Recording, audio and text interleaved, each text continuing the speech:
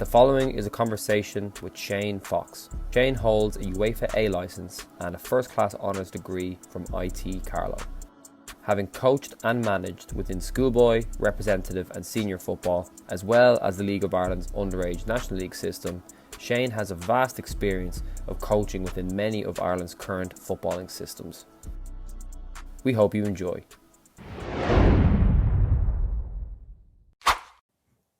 Let's go. Shane Fox, hello. Morgan, Gary. How are you? Good. Happy to have you here. Delighted to be It's here. been a while coming. It's about time. Yes, it is about time. It's about time. Do you want to give some brief background?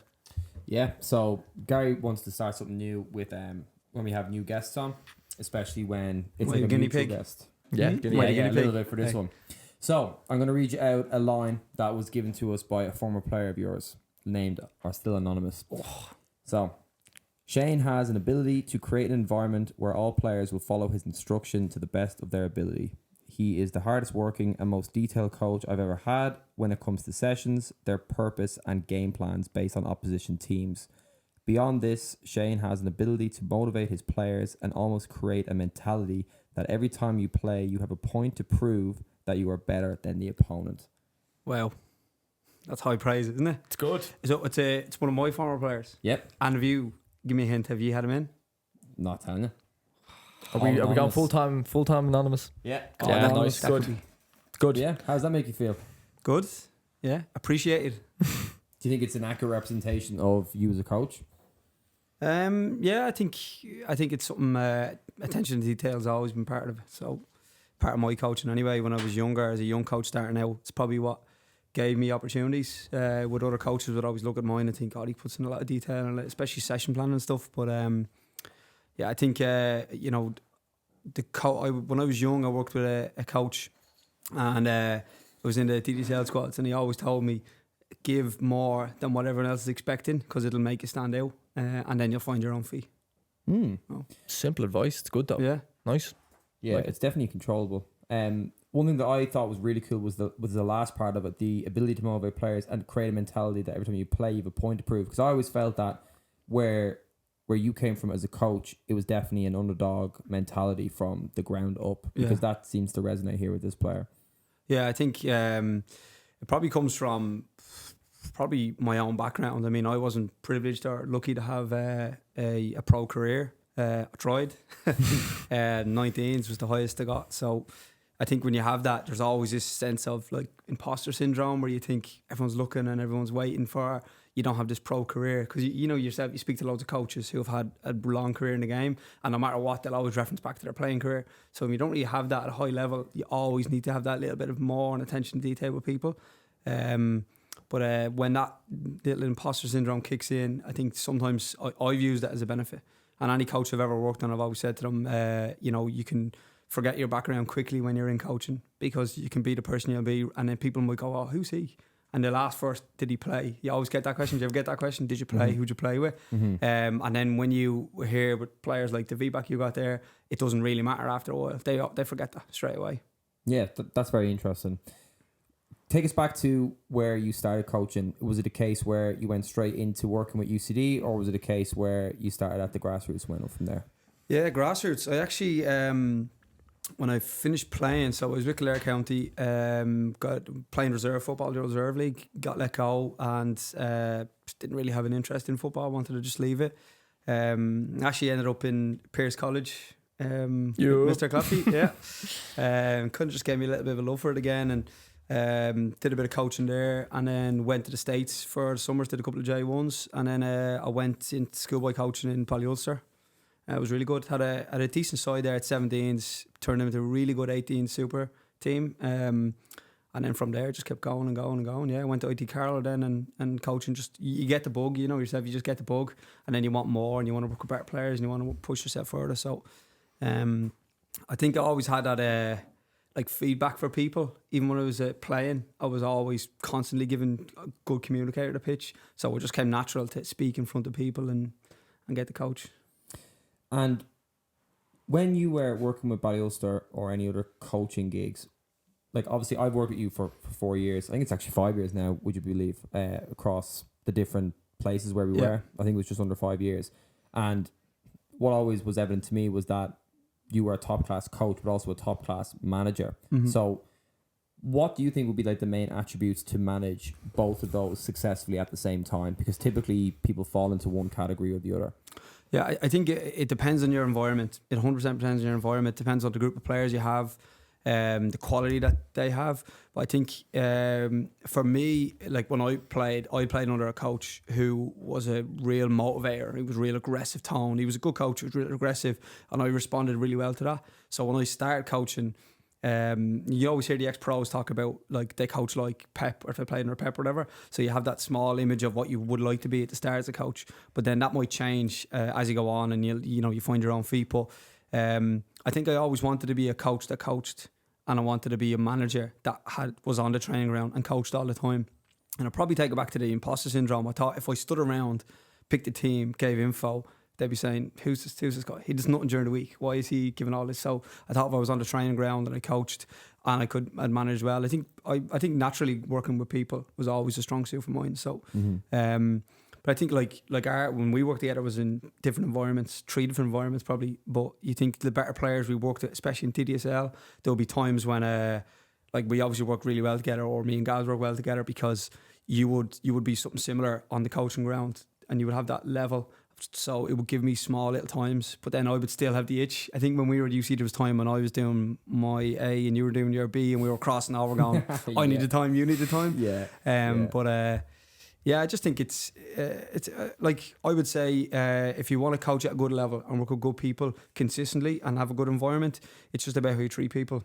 I think you can get caught in a moment on a match day, and I've definitely got caught up on a match day when you've roared at a player or you've had a falling out, but you need to be so quick to remember that you've got to be on training ground Monday with them, and I think they appreciate that. I think players appreciate when you connect to them. I think you've seen some coaches or worked with some coaches who are real standoffish, and I don't know whether that comes from a lack of confidence or maybe a lack of working with people on a consistent basis, but I think that's what I feel coaching is. Coaching is giving your understanding of the game to somebody else. You're an educator really first and foremost. So if you when you're getting taught in school and your teacher stands there and shouts at you for an hour or 45 minutes, whatever class is, and you leave that and you think I've got nothing, or you get this teacher who's really interactive and you get on with them well, you'll definitely do better in that subject.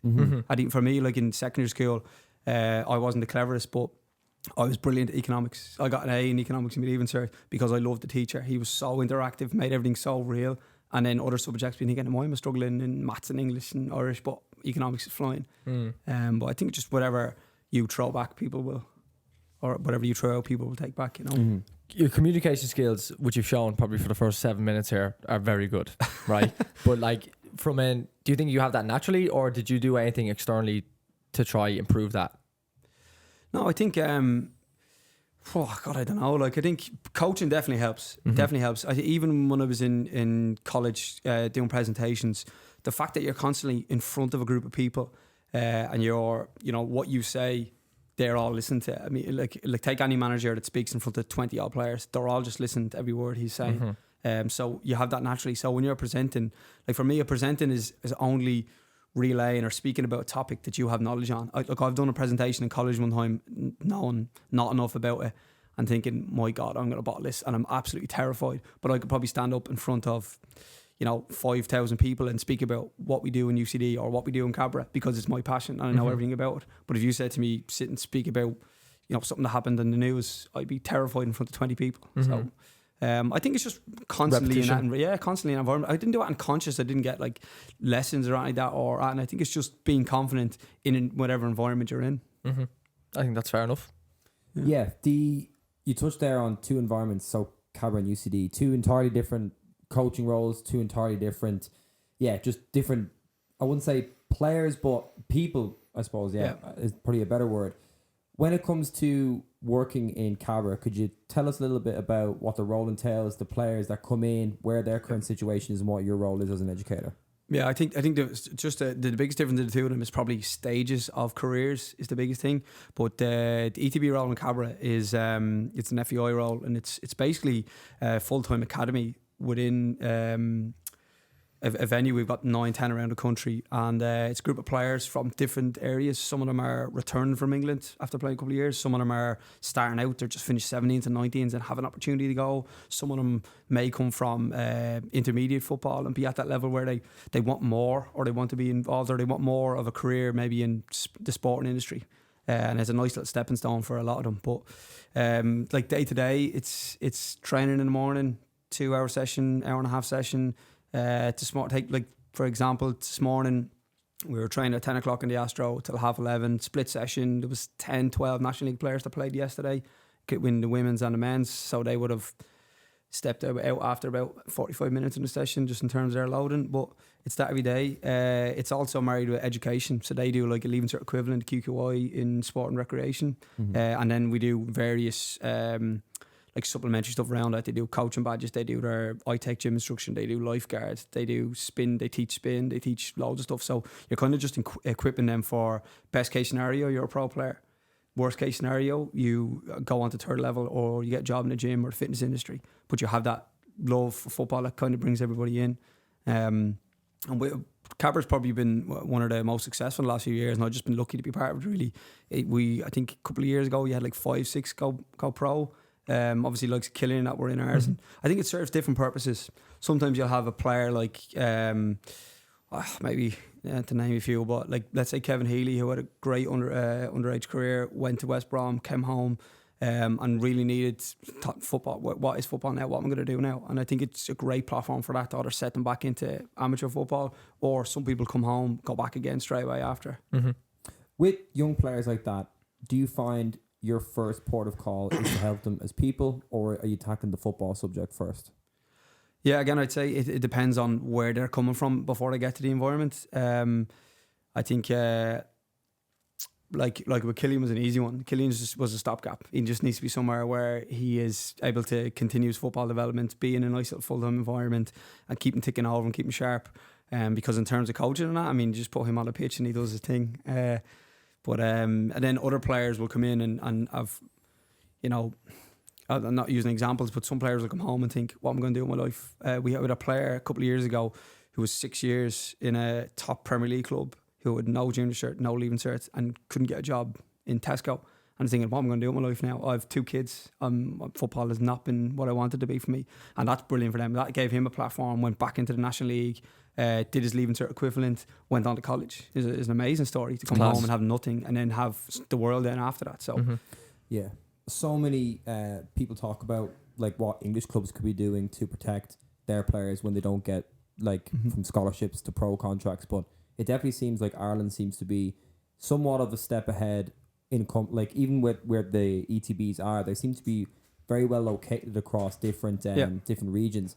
What's the connection like between the different centres? Is it very much Cabra's own pod, or is it a whole ecosystem? No, like an ecosystem. We have regular weekly meetings with all the coordinators. Oh, wow. We work off the same curriculum. I mean, it's under the new education department in the FEI. We've just merged into them with coach education, or coach development is a new term for it, and we're in that. So there's regular shared views and stuff. And then we have a competition that we play. The Bobby Smith, we play against each other, and then we play a lot of friendlies against college teams. We just played TUD last week, and we'll play Carlow, and we'll play Maynooth, and we'll play all them, which is again just to give them people who want that third level experience an opportunity to see that. And that's a massive avenue for us. I mean, last year, I just think off the top of my head, there's a couple went to college. There's 1 or 2 in Maynooth University doing a degree on a scholarship after coming into Cabra, which is brilliant. Like, and they wouldn't have that opportunity only you bring them out there and they look around and say, actually, this is what I want, you know.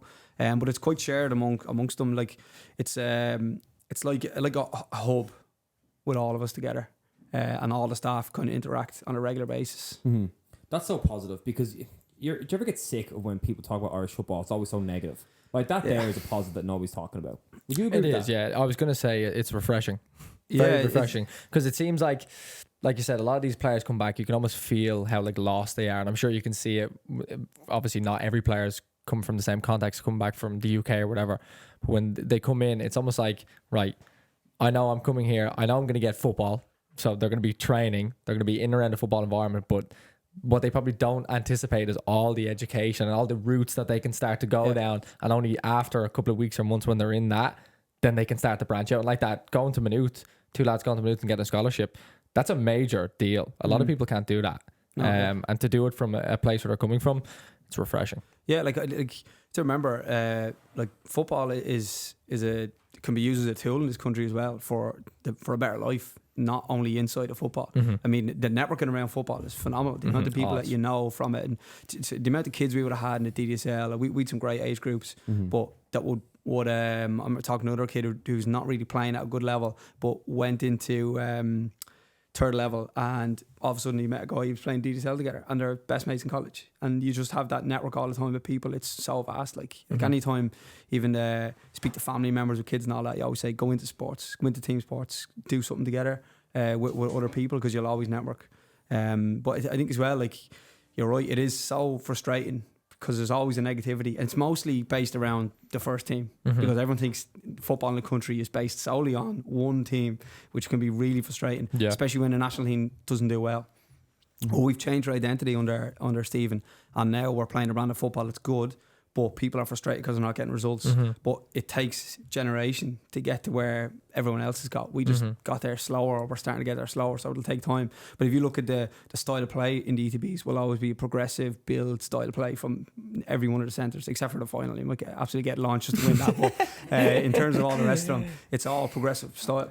And that filters all the way down from the first team. And that's what we want in the country. So yeah, it is frustrating at times when you hear the negativity, but I mean, for me, like the FEI or Football in Ireland lives in Cabra. I go there every day. I educate young players, hopefully level their career in the game. If not, they'll still be great people. I'm from my career as a coach is full of like positive coaching stories. Like Kinger, for example, played under me, and there's loads of examples of people who've come through as a player, like the environment that I set, and then after that want to go and coaching because of that. I think that's important as well. 100%. I need to forget that, because you think football doesn't belong only to the elite or the Irish first team. It belongs to everyone in the country, no matter if you're over 55s or you're playing walking football. It doesn't really matter. It belongs to everyone. So I think the negativity times can take everyone down, but like you said, like stuff like the ETB is, for me, sometimes you talk to people and it's like an untold story.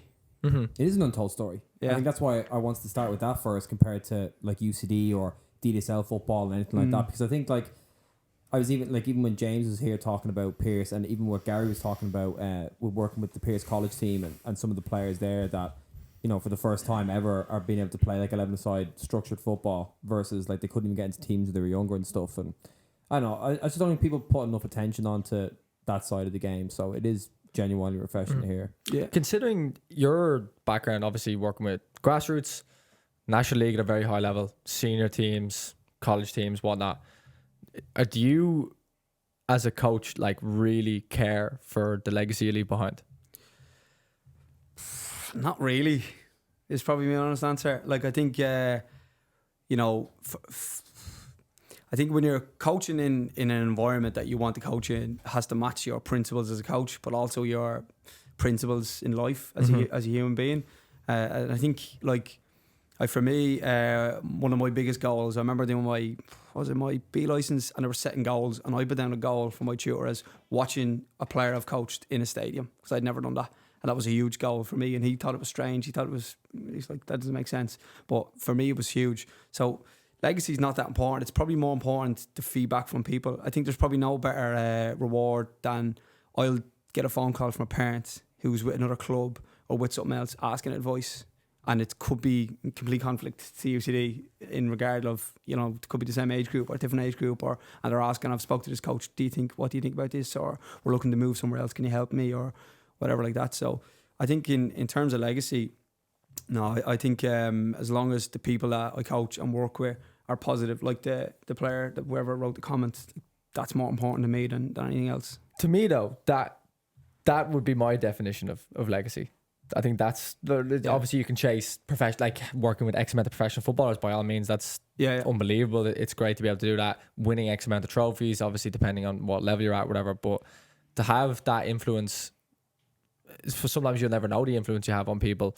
Obviously you had a great influence on this player, but there's probably a lot more than them who we just won't communicate and get that feedback off. And like that, if people are ringing you for feedback or whatever, or ringing you for advice, that is proper legacy of a coach, influencing more than just football. That's what I would define it as. Anyway. It's funny because when you think of legacy, you think, what does everyone else think of you? That's the first thing in your head. But it's like writing a CV. Like my CV is full of talk about pictures of pro players who have made it, you know, and have worked with them or my influence on them. Like a Zephy or something like that. You've actually had him for 3 years throughout his. Obviously, we were an only small part as the representative side, but that's your CV promotion. The rest of it in your own head is just that mentality of, you know, this guy rang me to wonder, can he come coach with me now? And that means everything to a coach, you know. Especially when, again, like I said, quite humble where I've come from in coaching, and I'm probably lucky to have what I have, in my opinion.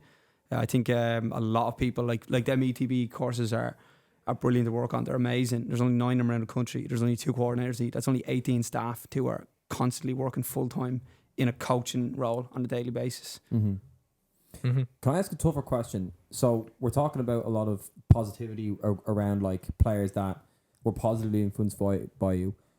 My guess is that for every 10 players that you had a great influence on, there's one player that didn't like your style, didn't like you as a person. Yep. Why would that be? Oh God, I'd love to say because I was hard on them in the right times and they didn't maybe realise that. But the reality, the fact is, like you're right, like I played under coaches that I couldn't stand. And you just, people are people. From me and my philosophy and especially in UCD with the staff, it's all about just being part of the player's journey and making everything suited around the player. But there's always going to be a player that will do your head in over something, or they'll constantly do something you're like, he does my head in, but on a match day he'll do this or he'll do that, and that's something then that will, after they leave you, they might have a different experience. You might think you're giving the experience to everyone and this environment, but 1 or 2 players might be like, well, he didn't fancy me, or he didn't play me, or I wanted to be a number 10, he played me right full, so I didn't like working with him.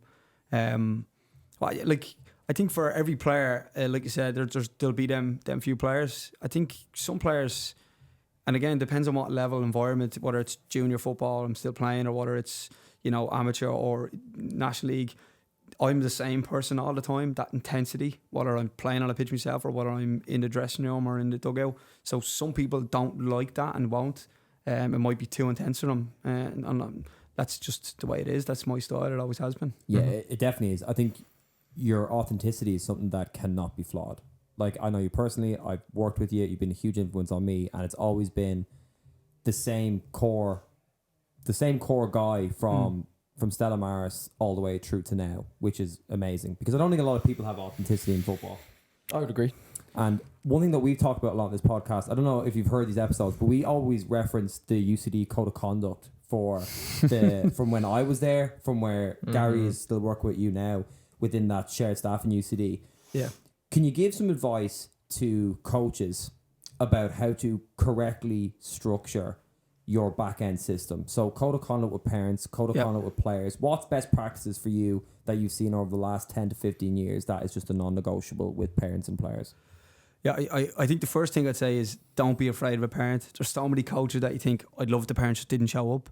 But I remember saying, I think it was said to you, we were first year National League and we had a rough squad. Okay? Like we had some great lads, but everyone looked thinking we're going to get tonked every week here. We were so late recruitment. We were so late to get players. We lost a lot of targets. And you would think, God, we're going to have a brutal team. But I remember saying first of all, being proactive is so important with parents. Have a parents meeting. I don't understand the life of me why coaches think, I don't want to speak to their parents. They just drop the kid off and leave. I think all that does is create this uncertainty around everything, and it clouds their opinion. They'll watch match day and all they see is the end product of match day. But if they don't see the session, the development, how much effort you put into the sessions, how much effort the players put in, then how do they know what the end product is going to look like? Their opinion of the end product is only centered around their child. And I find in the last couple of years, we've had some great groups of parents in UCD. And I think at the start of the year, we've always had a parents meeting. Even the 17s this year, we've leaned a little bit more of ownership of their own career. It's their WhatsApp group and they share all their stuff in it. And it's always the player, and the player will contact if there's a problem. But the parents are always in the background. They know what's going on.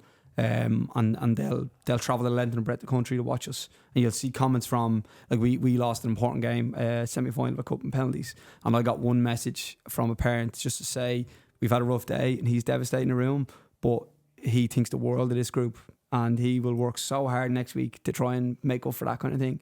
And that's from being proactive. That's having a relationship with the parent. It's the same as having a player. You can't have, like we used to use that tagline, sign the player, sign the parent. Because if you sign the player and you don't know anything about the parents, you don't know anything of what happens in his life until he gets to the Astro and then he leaves the Astro. So you might have that player 3 hours training a week and a match day or whatever amount of hours. So you only know that version of Gary and Morgan, but you don't know what happens at home.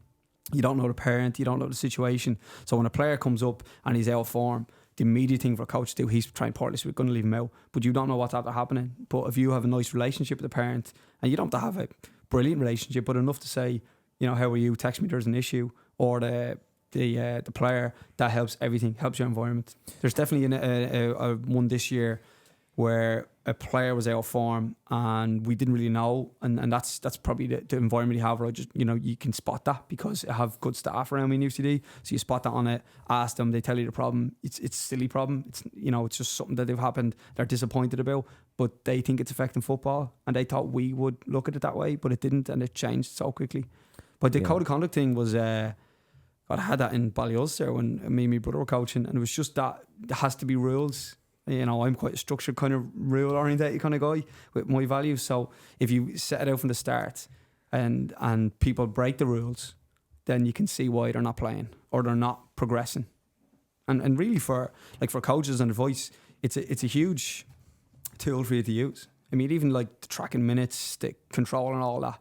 When you sit down with a parent in the end of the year and you say, Morgan, you're getting a contract in 19s, or Morgan, you're not getting a contract, they need to understand why they're getting a contract or why they're not, and it's your responsibility for that player. Like you were talking about welfare, that player is your responsibility for the year, and when they leave, they're still going to be your responsibility whether you like it or not, because you're going to leave a lasting effect on that player, positive or negative.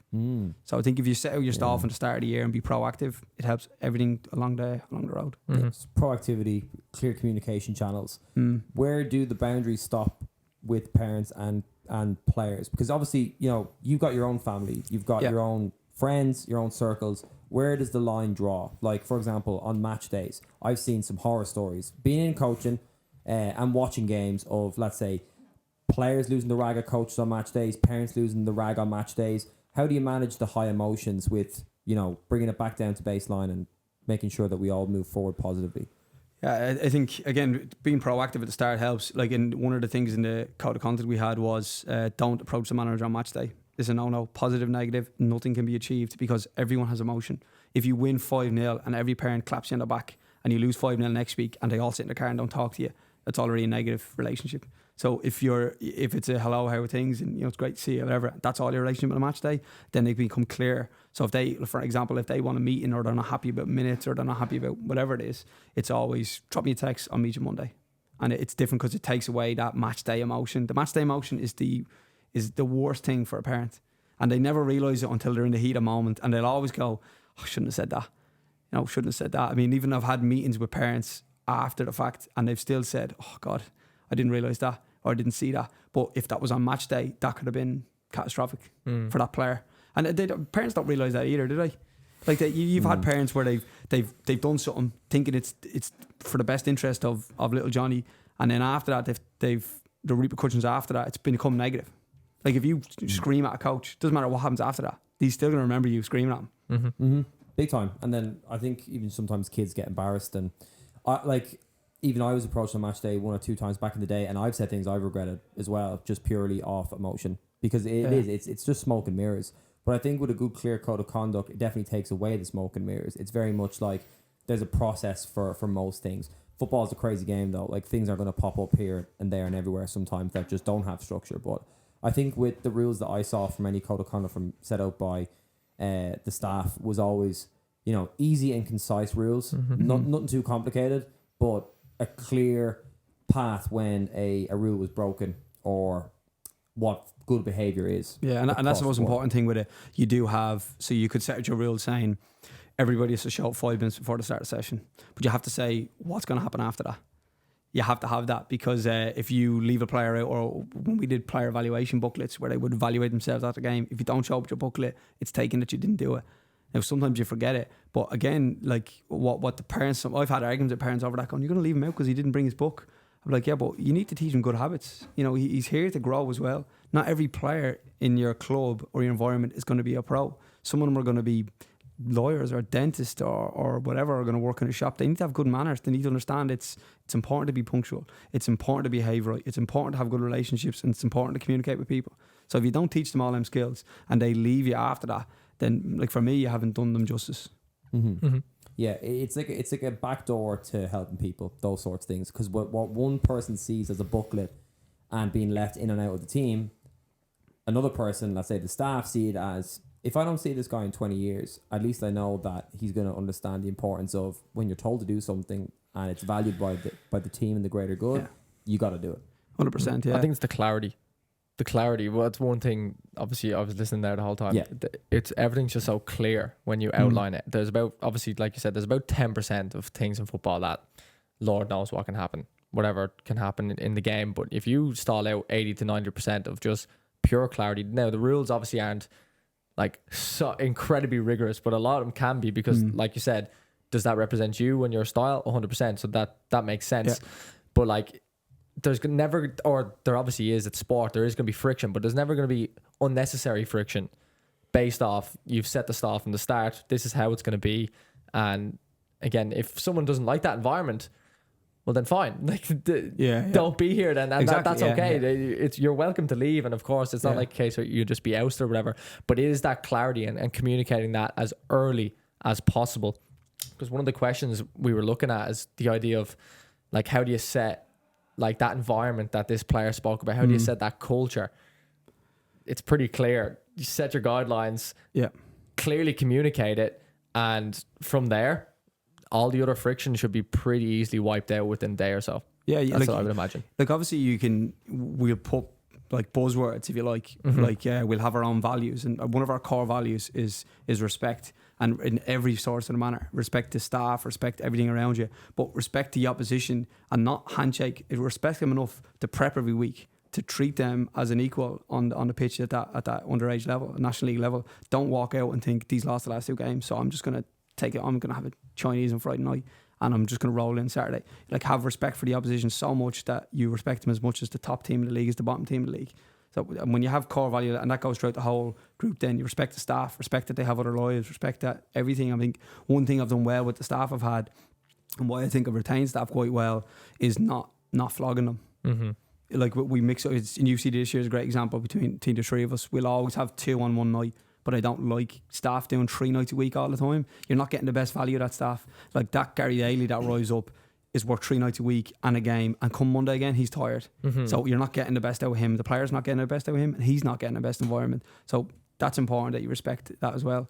I think as well with the parents, if you show them everything you do, like we have a brilliant analyst, Dylan Hennessy, that works with us. He's magic, all right, and he's brought so much more to the table from that I ever expected he was going to bring. But the parents, they know that. They see that. And Dylan is visible on match day. So they'll know, like the players will get all their stats and everything back. But the parents also see that. So they appreciate everything that goes in behind the scenes. So I think when them conversations come, it's a lot easier. Let them in. Yeah, definitely let them in. Yeah, visibility is key as well. But if you believe in what you're doing and you think what you're doing is good, then let them in. Why not? He can only help you. I think sometimes, like, you'll have a coach that'll be like, I don't want them near me. But then you have to believe in what you do more, or change what you do. You know? Yeah, definitely food for thought, because I would say it's contrary to what popular thought is. Yeah, it's kind of keep parents at the gate type of thing, you know. Yeah. Like I said before, you hear that so many coaches, God, the parents just leave us alone. But like, I mean, the older you get age group, they do. Like under 13s, we had, you know, chairs sitting at the side of Marley and the Astro. They would watch every little detail because their kids are young. When they get to 17, that gets lost. But you will normally see, second you see the example, on probably a Monday now, we have 11v11s. You'll see all the parents that watch that, because they'll come to watch the game, or they'll watch the end part of the session, but they'll still be actively involved in it, and they'll have their own little chats and a coffee together. And that creates a better environment for everyone. Definitely so. Yeah, no doubt. On the topic of working with teams still, there's still one interesting question I wanted to ask you. What's your experience with letting players go? What do you think best practice is with that, especially in those higher performing teams? I'm not going to say elite, so I don't like using the word elite for your underage players, but you know, it's very rare that you need to let a kid go at, you know, well, I still think it's crazy sometimes you let, you know, players go at under 10s, for example. But yeah, what what is best practice for letting players go? Yeah, I think there's no best solution. It's the worst conversation in football. It's the hardest thing to do.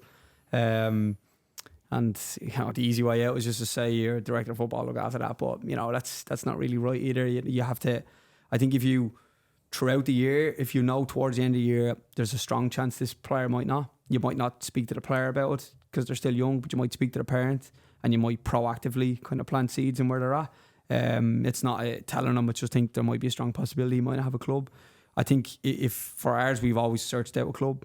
I don't think I've ever sat in a meeting with a player and said, not going to sign you next year, thanks very much, and that's been the end of it. It's always been, I spoke to the Schoolboy club, they'd love to have a look at you. Obviously you're more welcome to go to a different National League club, and if you are, great, we'll see you on the sidelines. And you create that, because as well, like just as a selfish point of view, that player might go to a different National League club and develop, and because you've had a good conversation, a good environment, they might want to come back. Because you hear so many stories that player let go, and then he plays for Bows now and he hates Rovers because he let him go younger. Just using them as an example, because they're rivals. Why you create that? You shouldn't need to create that. If they're getting let go from a National League club, the chances are right now in the moment they're not at the level required in that coach's or club's opinion. So that's really what it means, isn't it? You're getting let go because you're not really ready at that level. But that doesn't mean that the coach down the road might not. For me, honestly, I've picked up the phone, rang a different National League club or coach and said, this kid's been with me the last 2 years. He's not going to get signed for various reasons. I think the age gap is a killer as well. Yeah. Because you might go 15s, 17s, and you might have a lot. Like we're like 50% 07s this year. We're one of the youngest National League teams. But that group has been with me for a long time, since some of them are 10 years of age. And for me to let one of them go, I would have to have hell on earth ready for them. You would have to have something ready for them, otherwise that just wouldn't sit mentally well with me. I'd be taunting myself at home. So I think if you do that, and not everyone's going to do that, and you might let 10 people go and you might not do everything, but I think if you give parents that opportunity to say, and early as possible. I never understand why clubs will be doing trials in December with players that they've already had last year. That makes no sense. You had a player last year, where you're going to take him next year. There's what's there to look at. The player, the parent, the environment that they bring as well. So I think as early as possible. I think if you have the conversation early and you give good reasons why and your rationale, and you give them something else that they could do, I think that's all you can do, really. Yeah, proactivity again is the big one. But at the same time, I think it is a bit different for you guys in the National League, because as you said, there's a massive difference between 15s and 17s. Some players just aren't ready for it, and that is the opinion, and the welfare of the player is in mind there. But also the same breath as well. Like if your centre mid is playing 19s, the 19s, let's say your centre mid playing 17s, the 19s could have 3 international midfielders, and you're just not going to get the minutes. Yeah. So it doesn't mean that you're not a good player, but at the same breath, you might have a right full in the 17s, 19s, their right full's progressing, so they have to get a right full. So you're nearly not guaranteed a place, but the chances of you having a slot next year are increased. But it's nothing to do with he's a better player than he is, or she's a better player than she is. I think people kind of forget that it's more than just it's not a personal attack on that player. You know what I mean? I think that's where the proactive communication comes from. And some players would be hearing a conversation like that and thinking he's just lying to me about that there's another 19s player that year. So the groundwork that you do with that player over the however time period you've had them, I think what could be the most beautiful thing in football is that when you say something to them in those really difficult conversations, that they truly understand where you're coming from. And like you said, hopefully one day you can work together again. Yeah, I'd always say to a parent, when you're having a conversation, let's say if he's not playing, so Gary's not playing today, understand why, and you'd be like, well, do you know the player in this position? He'd be like, yeah, it's Morgan. He'd be like, well, do you understand why he's playing? No. See, because they only see the one thing. Or even when they're going next year from 17s and 19s, you go, fortunately, you're not going to get him. Why not? He's had a great year this year at 17s. He's worked so hard for you, and you go, I understand that, but there's an 05 player that was there last year and is brilliant for the 19s, and it's just unfortunate. You cannot bring in, like you said, 25 centre mids into your squad. Sometimes, for me, I always say to kids, there's no luck in football. You make your own luck, and that's about your match day and your preparation. The luck for me in football is opportunity luck. It's just that opportunity I've got in. Because you especially UCD, for example, you could look at the 19s right full, for example, and say, right, the 17s mightn't go in because he's an 05, so he's there again next year. Then all of a sudden he might start pre-season and go, he's in the first team. now we need this player. So that can just be a real stroke of luck. And then all of a sudden that player that got 19s is now leapfrogged that first team player with their development. It's crazy the way it works. Yeah. So you look at a player in stages and think they're not ready for that step, and that's the important. That's what you need to explain that. It's so vital. Yeah, proactivity. Even the communication. Obviously, you said it stems perfectly, but one of the key things again when you're talking there is just about like being authentic from start to finish. I think if you set out that guideline and that environment, I know environment can be a bit wishy-washy because it can mean anything, but once you set a very clear environment and like that, you've pretty much perfectly stated from start to finish of this podcast of like, right, how I lay out my environment. I think by the end of that, if I was a player anyway, I would certainly buy into the environment of it, just how I function as well.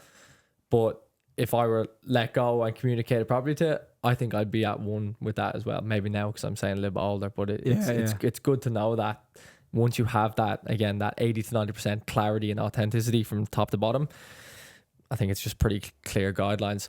I've a quick question. Just if I was a player, right, 17s, 19s, what is the ideal thing you're looking for? Not on position, not on anything like that. Just what is the overall? It's the hardest question to It ask is. him. It's very difficult. But what is the overall, almost non-negotiables you're looking for? Yeah, it's non-negotiables it was a mad buzzword in lockdown, wasn't it, when I put doing a podcast? And I said when we started going, this is non-negotiable. I remember saying to guys, this is non-negotiable. These players have to have X, Y, and Z. I think if you're with a player and they're coachable is the most important thing. If you've worked with a player, let's say you're doing trials or you're doing a couple of training sessions or you brought him in and you think this player doesn't actually take on information, they're just not going to work. It's not going to work. Or unless they're exceptional, you think, like Killian, just leave him alone. Just let him play. Stop talking to him. Just leave him alone. He'll run amok. But otherwise, you have to be coachable. And you have to be from like that mindset of, I'm there to learn. This isn't a bit like, I don't want to name the player, but we have a player this year came from a club who was a brilliant underage international career, and who has taught me so much this year about players and how they can want something in their career, want to change, want something, and then give it back to you as a coach. And that's what I think. Them players are infectious. And you need, if you're a player coming to me and think, what do I need to do to make that squad? I mean, obviously the technical ability it needs to be there. You have to be technical enough to play at that high level. Tactically is not the worst thing if you can take on information because you feel like that's a player I can improve.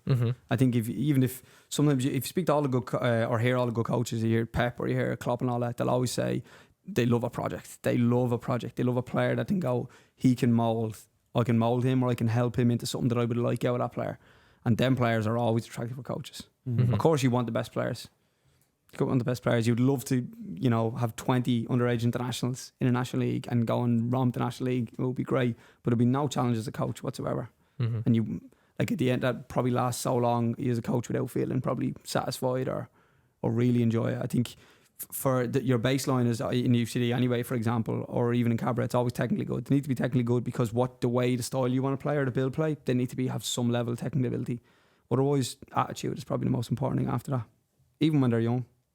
What is attitude though? Like we've worked with some marquee players with like, how would I say, the personality of like 100 people, and then there's some players that we worked with that were shy, reserved, but would really get it done on match day. What is a good attitude? Yeah, a great example of them too was probably James McManus, Kevin's Effie. Yeah, because Kevin was quite flamboyant and he wanted to be that star. I mean, when we put him in our DSL squad, it was all about putting him in a great position to be like that end product player who'd always be in front of goal or you'd an opportunity.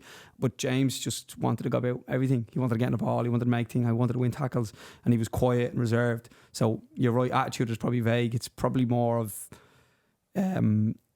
your application, how you apply yourself within the role that fits you as a player.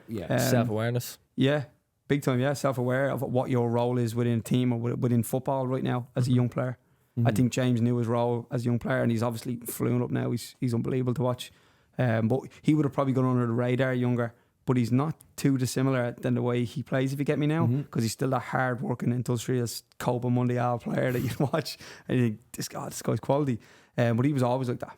Even the first time we saw him, and was it a session? I think it was a session we brought him in anyway, and he was unbelievable in it. But he's always been that consistent player Whereas Kevin would drop. Kevin would be unbelievable one game and then do nothing, and then be unbelievable one game. But they're just your different characters. Yeah, I think that's something that I had to learn the hard way, was that like not every player is going to be, you know, coming in 20 minutes early. Like I remember like working with some players in that DSL squad who are, you know, playing in first teams now, where they come in with like a full recovery set. So like a full meal of pasta, 2 liters of water. They'd be 30 minutes early. They would actively go out and warm up earlier. And there was some guys that were as like way more laid back and would come in, and you know, they would obviously, you'd be tearing your hair out with them sometimes, but on match day, they just show up. And I think that really taught me, is like, my God, like, teams are just different people, and different people bring different qualities. And I think I was always trying to ask myself the question, you know, on the whole non-negotiable side, but where is the baseline? Like, what's tolerable for some players, what's not tolerable for some people? And I think the only way you can really discover that is on a individual by individual basis. There is no bar. No. It's kind of like a feeling you have in your gut sometimes with a player. Or do you know when you just get like a red flag feeling about somebody, or a player, or a parent, or even a staff member, for example. You just know when it's not going to work sometimes, and then sometimes you kind of need to trust. Like, I'm a little bit uncomfortable here with this player, but there's going to be something here. That's always an interesting journey, especially for those flair players. It could go here, or it could go, here, and you just gotta live with it. I think with those type of players, like you would all like, you know, you always hear coaches talk about a dream team. You would all love 20 James Millers in your team running around working their socks off every day, but 20 James Millers are not going to win the league title for you. So you need to have and allow it a little bit as well, but manage it accordingly. I think that was one of the, as a DDSL manager, it was 6 years on our various different age groups, managing the players that come in every week, because you remember they come in and the older they get, it gets worse. Because we had a 16s group and it was Belvo and Joey's, and the whole squad was only made up of them.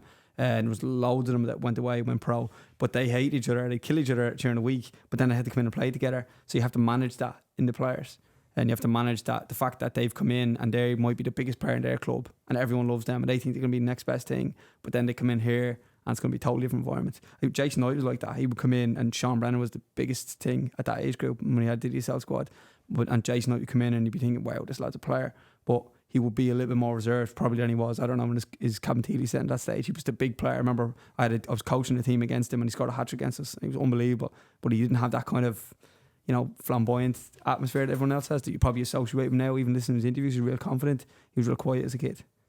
Oh, yeah, you've had a serious palette of players across DSL in a few years, isn't it? It's funny, like when the National League became the National League, like it's funny to think like there was that time where literally there was an Irish camp every week sometimes, because like the DSL was like a core of, let's say, 10 to 12 players who were always in and around the teams from 15s to 21s. Yeah, it's crazy how the structure has changed, hasn't it? Like right now, for an underage National League player, you need to be capped, and that's seen as they're the top players. But when you were younger, you would have a DDSL squad and you would have 20, and it would change, not a full change, but you might have 4 or 5 on a weekly basis, might rotate around. But then you would play Cork and you would play all these teams, and they would all be like their representative size, like internationals. And even internationals weren't really massively, they were obviously really important, but being the DDSL squad, getting to that Kennedy Cup squad was the most important thing ever. Even if you were Cork or whatever, not just DDSL. But when they took away that, now it's just your National League club and international, and they can only pick 20 in the squad. So how many people are disappointed constantly, every single age group? And people will always say, is he an international? Rather than saying, is he a representative player? Because there were so many representative players. Now there's only a few international players. They're great games. I remember that cup final you saw when Adam Murphy scored that unbelievable header. header. I mean, like even the players Couldn't believe it when I seen it. Yeah, was that when he was a centre half?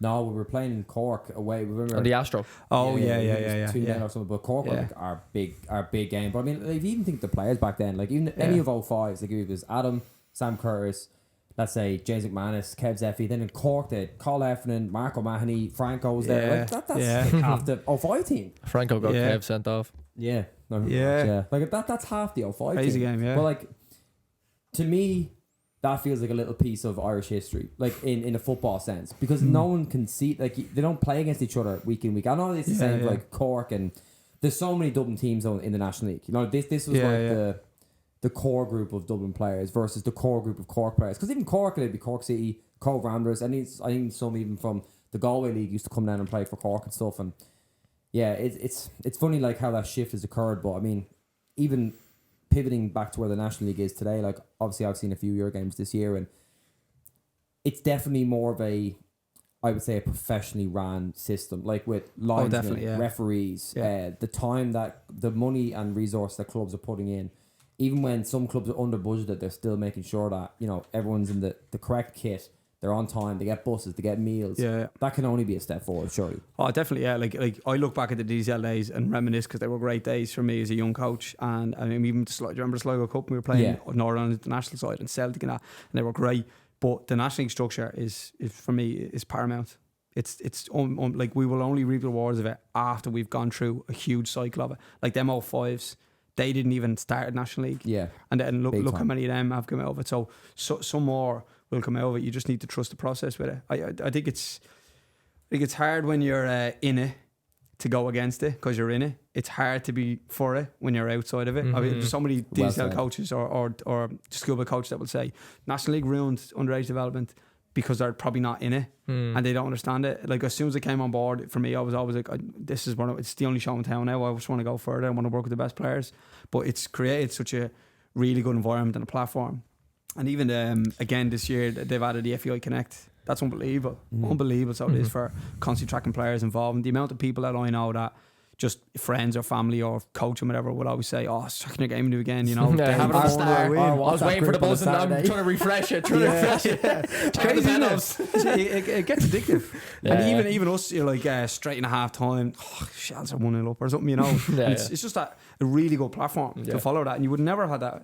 You would never have been like, I don't know what the score is in Belleville. Yeah, it was just a text message. Everyone's just more in touch now, though. Yeah. I think that's important. But also when you're representing, we say this all the time, the National League is brilliant. Now you have kids, 12, 13, rocking around in Pat's kits, UCD kits. Although UCD, I haven't seen a UCD kit because I don't think they sell them, for Christ's sake. But then all your bows, whatever, everyone's just rocking around in National League kits and they want to play for their underage academies. That's great. That's exactly what you need. Then you're going to have players who represent at senior level who are dying to play for their National League team, whatever that might be. And they obviously create those loyalties from a young age. They just changed all the jerseys from Huge United Liverpool to Pats and Rovers. Huge culture shift. And that's going to take another 10, 20 years to really solidify that. But it's definitely in the right direction. 100%. Yeah, I remember going to the UCD playoff game. It was the first one against Waterford. I think we got up and it was unbelievable. We brought our whole squad and they were in their gear and they felt there was a massive ownership of the club. The UCD don't have a huge fan base and they don't have that culture that any other Dublin club have. But when you bring players to it and there was a guy with a barrel on and they're shouting up the students and all that kind of stuff, and they're still young. They're like 13, I think, were they, or maybe 15s. Maybe 15s. But they had a great sense of pride that they were wearing the same jersey as Liam Kerrigan was wearing. Yeah. And that's, you didn't see that before the National League. Well, I didn't see it certainly anyway. Yeah. 100%. I think an important topic to work on here, and this is kind of circling back to what this player said here. So Shane is the hardest working and most detailed coach I've ever had. What are the drawbacks of being so hardworking and overexerting yourself in terms of resources?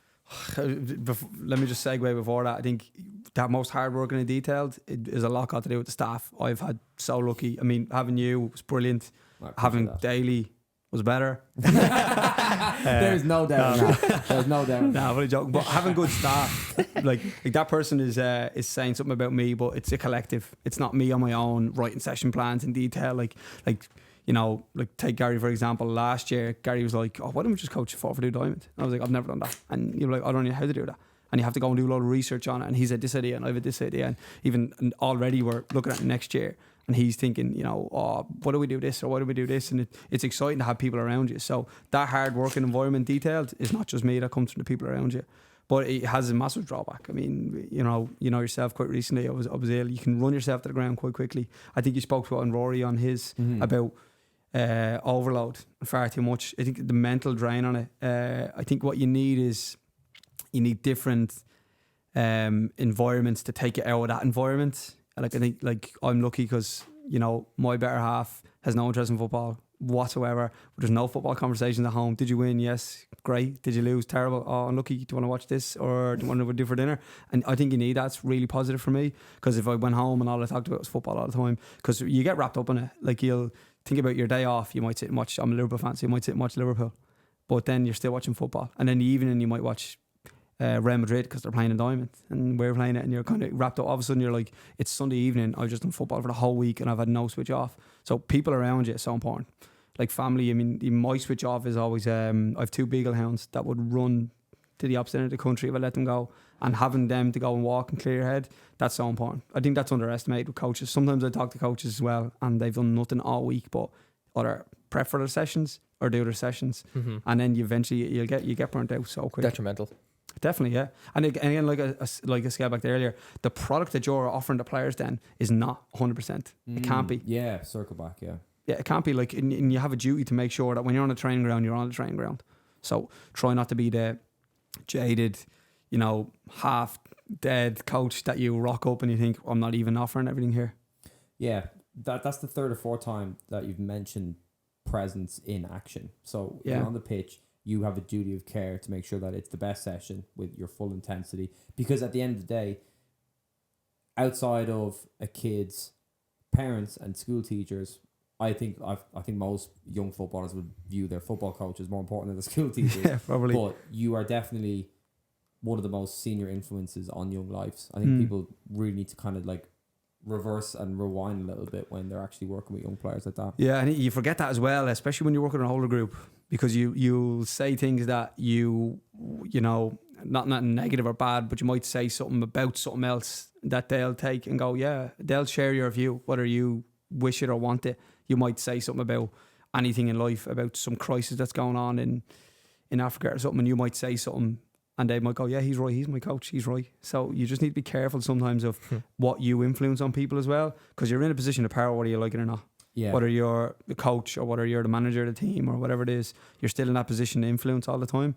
And you're right, because the environment that you set is not a maths environment like the teacher is. They don't have the control of the football that we have. They just have the maths and that's it.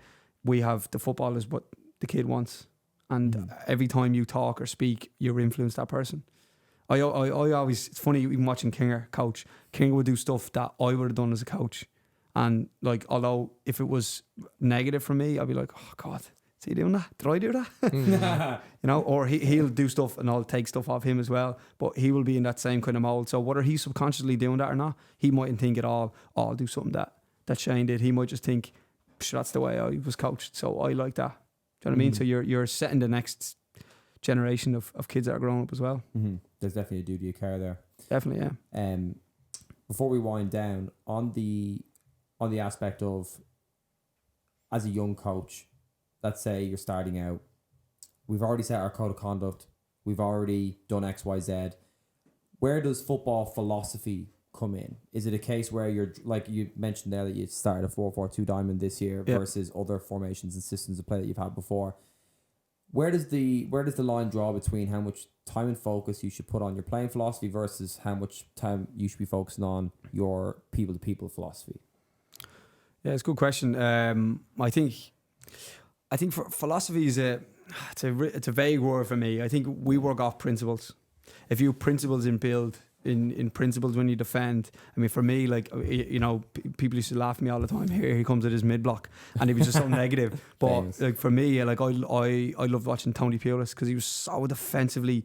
His teams were so structured and organised, and I was watching that as a Liverpool fan, watching his team Stoke or something. You're going, we can't actually break them down. Doesn't matter how good we are, can't break them down. And you admire small little things. So as long as you have good principles in your structure, the way you want your team to play, I think formations and philosophies kind of roll in with that. And depending on what players you have, I mean, the diamond suits us because of the players we have in that particular team. But there's other teams I've coached where it's 4-2-3-1 or 4-2-3. Yet to do a back three. We were discussing this with Daly about haven't really coached the back three too often, but if the principles you have and the values you have as a coach can come into your pitch, the way that people play, how much respect they have for the ball, and our buzzwords like always do what's best for the ball, or when you're defending, you're not defending to win the ball, you're defending to deny space, deny progressions, slow people down. If you have them principles, it doesn't matter whether you're playing a 4-4-2 or a 4-2-3-1. It's always about, they have the ball, we have our principles, we have the ball, we have our principles, and then it's all divided into what area of the pitch you are. And I mean, I listened to Carl's one. Carl's all about possession based style, and that was his. I mean, I love to build, But I like fast sets, negative, positive sets, quick attacking play in the final third. That's always what I loved watching. And then defensively, I like to be a pain in the arse for a coach. I like to be, sit back, be tight, be compact, not be breakdown, and then have lovely transitions and attacks then after that. Yeah. So, but you can do that with, like I said, your philosophy is just your principles rolled in with your formation. Yeah, adaptability. Like that, like as a young manager, young manager, young coach, working with young players in various different environments, you have to be malleable, don't you? I mean, you're still learning as well, Oh, 100%, yeah. 100%. I think that's the best thing about the staff. Even take like Dylan or Jay that's with us this year, he'll say something or I have an idea, and the first thing when you're younger and as a coach or especially as a player, you think you just go on what has worked with you before, haven't you? You're thinking, well, this is what we do. So there's so many times I could say we've been relatively successful doing that. I'm not changing, but if you're open to the idea and you let people have ownership of that, that's why you have good people around you, and you can always change. Like I'd definitely say for Gary, he's probably learned as much as I have off him. No, he might say he's learned loads off me, but I'll say every year he's a breath of fresh air. He'll be like, right, let's do this, or I'm energetic about doing this, and then you either roll in with it or you don't. So I think that's important. Always be adaptable with the group you have and just be open to new ideas. Yeah, I think every time we have a football conversation, even if you're wrong, I'll tend to just let that slide. And I'm only joking. Like, you might say something and you disagree with it, but you'll still take that as value from another coach's opinion. Yeah, at least it's a challenge. Yeah. You know what I mean? Any final words? Not really, no. I thought that was good. Very good. Very These have become interesting. real serious. I mean, you started off talking about like crisps and chocolate and all that, and now they're real in depth and serious. James but it's Claffey good, ruined though. it. Claffey ruined it. Claffey changed us. Yeah. Claffey brought him up the mountain. He hasn't come down. So that's the problem there. Yeah. So good old Claffey, huh? Well, no, I think. But I think. Sorry for cutting across you. Go ahead. I've been chatting. This is a conversation, I believe, how coaches should communicate. Again, we obviously know each other well, so it makes it easier. Yeah. But like, there's so much value in there for coaches. And again, what I enjoy the most is that you've talked very little about the buzzwords of football, the beautiful ways of playing out, and it's all just very basic, really well thought out though, and with a vast, crazy amount of experience to back that up. And I enjoy that idea of just taking so much tiny little details from obviously a wise coach. But also I was thinking, I was like, oh geez, I would have probably loved to play in a Foxy system. I was like, I did for a game. Yeah, I forgot, you did. completely forgot. Yeah. One session was what we done, and the session was good, by the way. Session was Very good, yeah. Made an appearance with us. Played beside you. Played, yeah. And I remember saying to the lads, "You're like, what was Foxy like?" I was like, "He's fucking good." It was good, very good. It's masked Good in a left load full. of angry, violently shouting at people, communicating. That's what my playing I style remember is, you said masked in. one thing to me early in the game, because I had a horrendous tackle. I hit the captain, very bad tackle, and the ref didn't call it. And you looked at me and said, "Don't do that again." I was like, "Fair enough." I was like, "Fair enough, right?" But anyway, I think when I was younger, I would have thrived in a rigorous system, because and similar to G, quite structured, rigorous. I think it would have suited me. I think that's what drew me and Gary together when we were at Stella. I was already a DSL manager at that stage, and I remember I was sitting watching a session, and there was this ginger lad, this young fella coaching, and he's straight up a mile. And I was like, oh, he's a good coach. I remember saying to the chairman there, I was like, he's a good coach, isn't he? He was like, oh, I'm actually looking for a coach at DDSL. I might bring guys in, and was your like-minded, your detailed. I mean, the first thing you notice about a coach is when they arrive for the session, if they're on time, you're already late. You got to be early, you got to be busy, if you like, got to be prepped well, get there, be organised, be detail orientated and set up. And then after the session, it's not I'm out here, I'm in my car immediately. It's that little bit of time, and that always connects people. I think probably if you didn't bring that to the table for yourself, that probably, like, I probably would have looked maybe elsewhere or wouldn't have noticed it as much, Crazy stuff. But it's controllable though. Yeah, exactly. That's what I would say. Yeah. Because it is a great trait. You don't but need a it's pro very career controllable. to do No. that. Like, you don't need a pro career to coach pros. Yeah. Essentially, like, it does help. At the level you're at, definitely does help, and you can communicate with them. But like them young players that you coach that end up as pros now, you were on the start of their journey. You didn't have a pro career to fall back on, but you have to be that extra, organised, don't you, and vigilant about everything you do. Yeah, because you said it there about like opportunity. I wouldn't have got the opportunity to work with you if I wasn't detail orientated, if I didn't show up early. same with players like in UCD, for example, like, or any other National League club. Like, luck will, whatever you are doing, luck will follow if it is meant for you.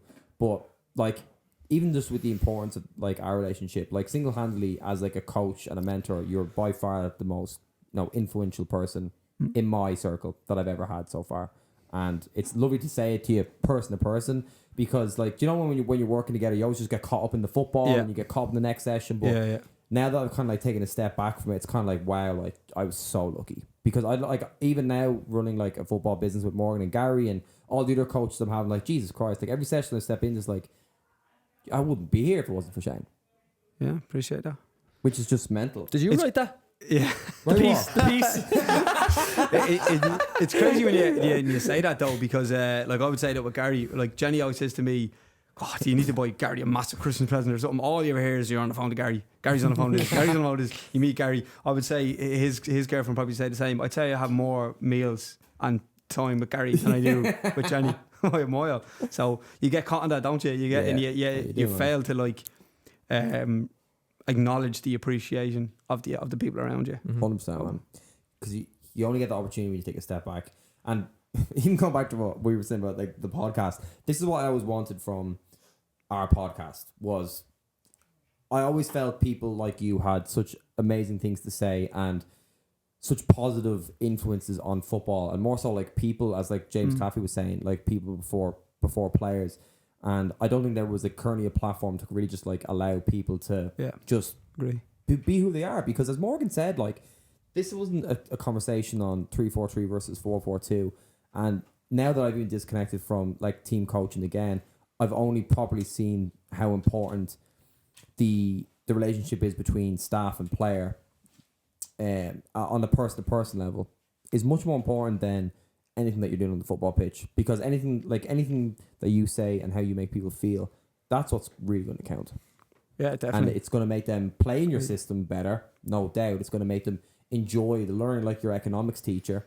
Yeah. Like, it's the same content, but if it's delivered in the right way where you trust that person and you're really on a person-to-person basis, it's going to stick much more. And more importantly, for their long term, when they're 50, 60, who knows? Like, if they take up coaching, they go, geez, I'm going to go look back and what Shane taught me all those years ago. Yeah, that's what I think it was Garrow was laughing at me, said to me, if you don't make any players, there'll be an army of coaches behind you. They always say that. You know, you'll get people, they'll come back and work with you all the time. And I took that off him when we were in Stella. And we had a lovely environment, Stella, with Garrow and that, myself, Kev and Gary and Rory and that, and we had such a good connection. That was the first time I realised how important it is actually to have a good relationship with the coaches around you, even the ones that are not in your team. Because you'll learn off them and they'll be open. Like, how many conversations like tonight did we have in Stella that time, where we would just sit back, you'd be like closing the place and you'd be still chatting about something that I would bring into my team again, or you would bring into your team, and you find that you would bounce off people better like that. Because everything then that you'll trust the environment that they have, that you have.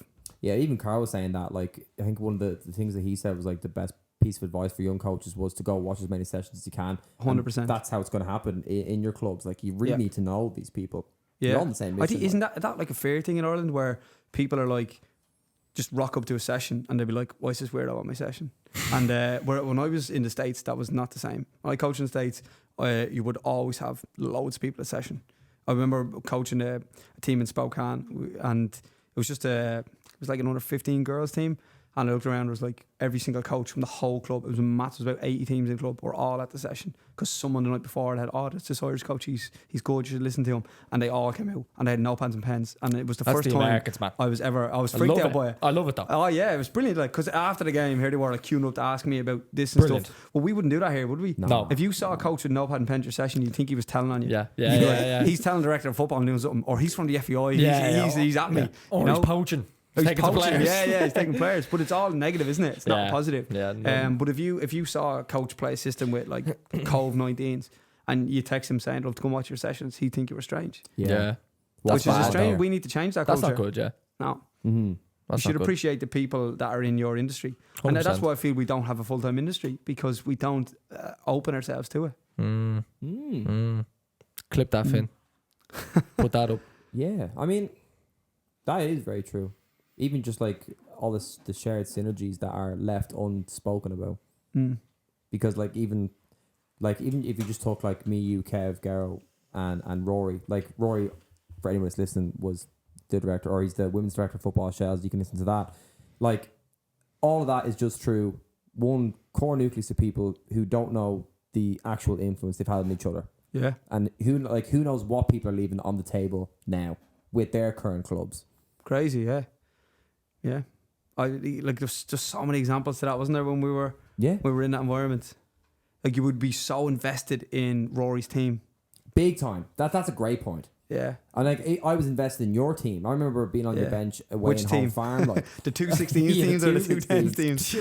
we were everywhere. But oh man, but even isn't it crazy? I was only talking to someone the other day. Young coaches, right? It's advice for young coaches. They want to get paid immediately in coaching. Like, I worked for 10, 12 years. I was doing a degree in Carlow and driving back to Dublin 3 nights a week to coach at my own expense and losing money. Whereas sometimes you speak to a coach and they're like, is this a paid role? And you're like, have you got any, what are you bringing to the table for it to be paid? So you have to just, like you say, you got to get on the grind and put your share hours in. And that was unbelievable 100%. Environment for us in Stella. Yeah, but big time. I mean, like, even away from like the structured questions and stuff, like in Stella, for example, or any club, like combining us and the DDSL when we were together, like that was 2 sessions a week in Stella, right? Probably a third, either I was helping you or you were helping me. Yeah. Then you had a game on the Saturday. You had a second game on the Saturday because you were going out to let's say the 16s game, wherever. Yeah. Then on the Sunday, you had a game. Then you're going straight to the DDSL. Yeah. It was just rep after rep after rep after rep. And then your day comes where it's like, okay, now I can kind of make a decision for what's best for me. If that's a paid role, fine. Yeah, yeah. If that's a National League role where you have more autonomy with better players, fine.